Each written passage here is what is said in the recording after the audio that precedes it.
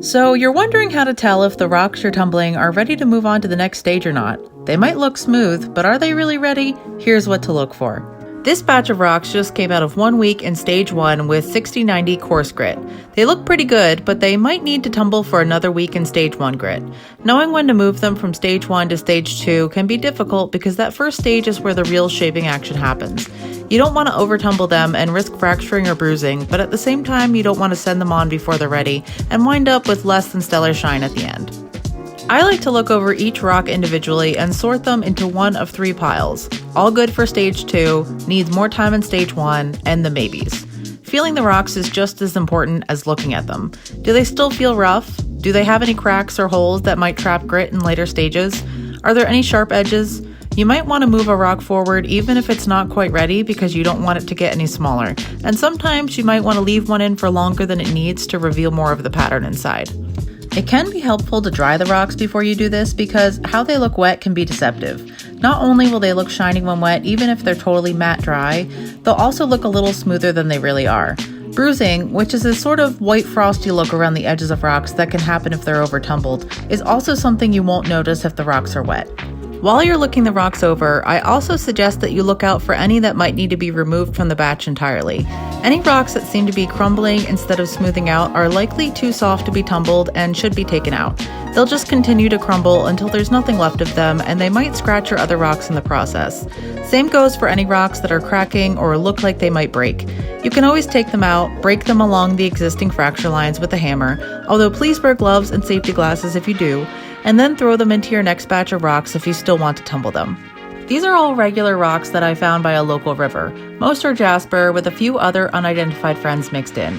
Tumbling found rocks as opposed to purchased rough can be interesting because the batches are less uniform, and even if you're tumbling all of the same kind, they may tumble at different rates. That's definitely true for this batch. They're not all going to be perfect at the end, but I'm confident some of these are going to be gorgeous. This one is one of my favorites because of the bullseye pattern. It has some scratches and holes here and there, so it's definitely not ready for stage 2 yet. I'm excited to see if that pattern comes out more as it tumbles though. This is another one of my favorites with the blue stripes. It's smooth all the way around with no cracks or holes, so it's ready to go.